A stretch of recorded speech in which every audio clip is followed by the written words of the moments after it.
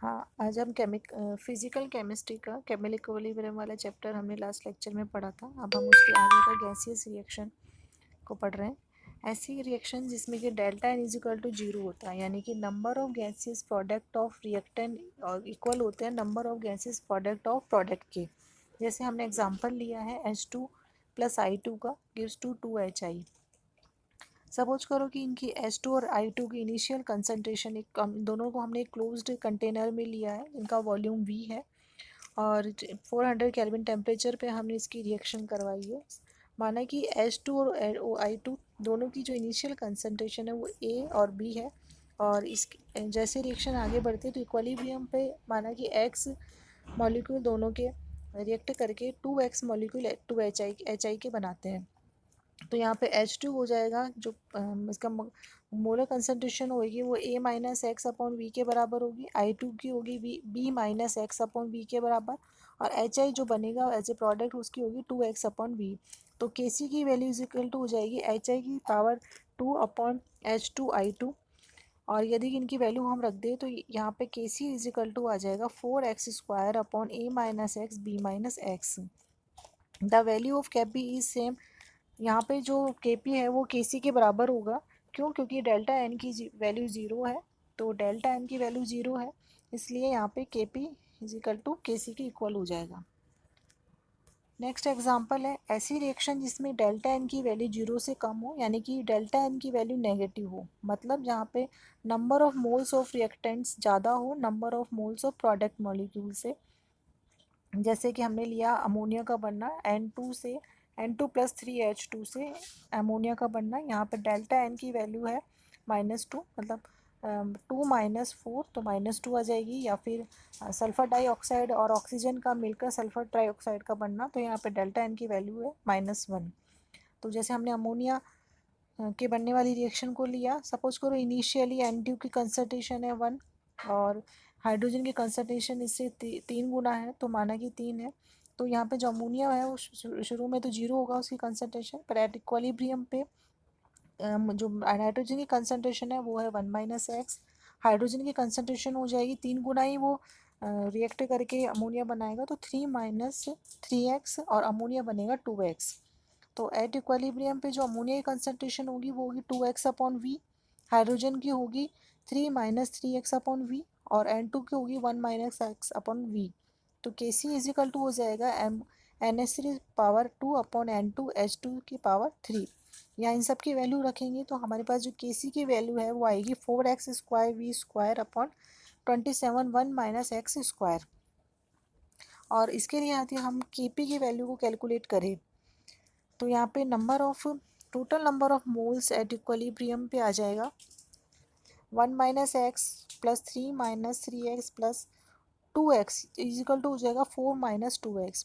यदि P is the total pressure at equilibrium तो Pn2 आएगा यहाँ पर 1 minus X upon total number of जो मॉलिक्यूल था, मतलब यहाँ पे हम नंबर ऑफ मोल्स निकालेंगे तो N2 का 1 minus x, total number of moles है 4 माइनस 2x, और P यहाँ पे टोटल प्रेशर है। वैसे ही हम पार्शियल प्रेशर ऑफ निकालेंगे H2 का, तो ये आएगा 3 into 1 minus X upon 4 minus 2x into P। ऐसे ही अमोनिया का पार्शियल प्रेशर निकालेंगे तो ये आएगा 2x upon 4 minus 2x into P। अब Kp की वैल्यू जो होगी वो होगी P अमोनिया का NH3 का की पावर 2 अपॉन Pn2 PH2 की पावर 3। इन सब की वैल्यू को यहाँ पे रखेंगे तो ये आएगा यहाँ पर Kp is equal to 4x square 4 minus 2x square upon 27 1 minus X की पावर 4 P2। इसको पूरा कंप्लीट सॉल्व करने पर हमारे पास आएगा Kp is equal to 64x square upon 27 P square. तीसरे प्रकार की रिएक्शन है जिसमें कि डेल्टा एन की जो वैल्यू है वो जीरो से ज़्यादा है, मतलब पॉजिटिव है। बहुत सारी रिएक्शन है इसके एग्जांपल में, जैसे ऐसी रिएक्शन जिसमें number of moles of product gases product ज़्यादा होते हैं than those of gas number of moles of gases reactant.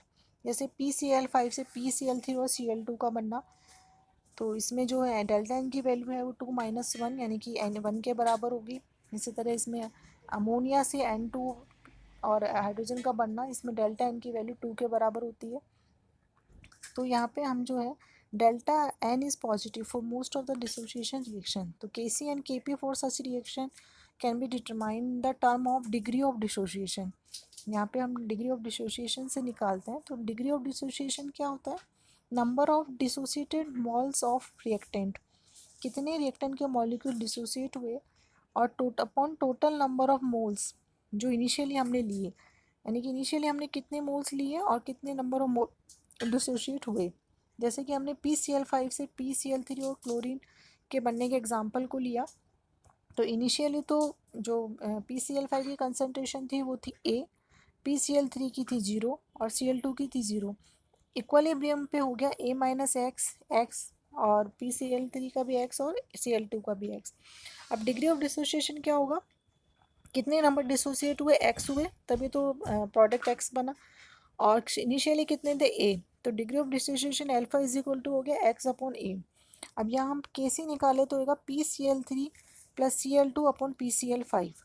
अब यहाँ पे हमने वैल्यू रख दी है PCl एट इक्वलिब्रियम, सबकी हमने अलग अलग वैल्यू रख दी। जैसे PCl5 हो जाएगा A minus X upon V, तो x इज इक्वल टू हो जाएगा A इंटू एल्फ़ा।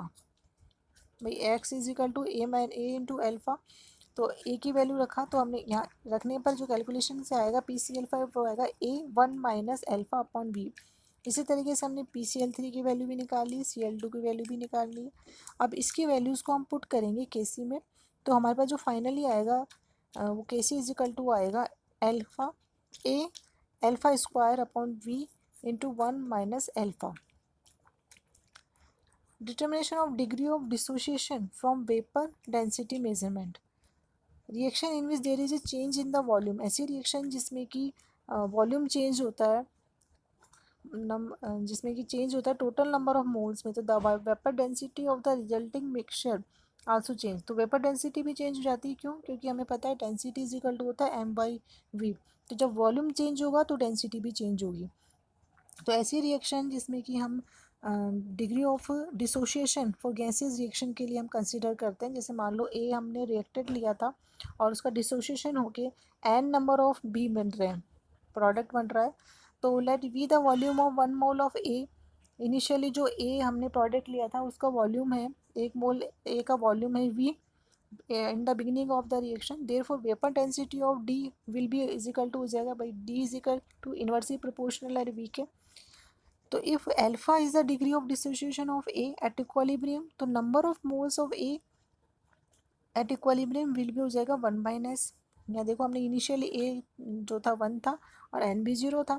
जैसे इक्वलिब्रियम के आया हमें मिला, वैसे 1 माइनस एल्फा तो ए हो गया और एन एल्फा हमें मिले प्रोडक्ट। तो total number of moles at equilibrium कितना हो गया? 1 minus alpha plus N alpha, तो ये हो जाएगा 1 plus alpha N minus 1। Thus volume of 1 plus alpha n minus 1 moles at equilibrium, तो वॉल्यूम कितना हो जाएगा? इन नंबर ऑफ मोल्स को आप V से इंटू कर दो।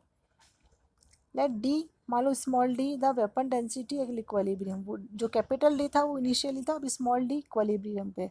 तो स्मॉल d ये हमारे पास आ जाएगा किसके इनवर्सली प्रोपोर्शनल होगा? 1 upon 1 plus alpha n minus 1 into V के। अब इनिशियली और जो इक्वलिब्रियम है यानी कि D upon small D is equal to हो जाएगा 1 प्लस एल्फा 1 एन माइनस 1। तो यहाँ पे अल्फा की जो वैल्यू आएगी वो आएगी capital D minus D upon small D into N minus 1।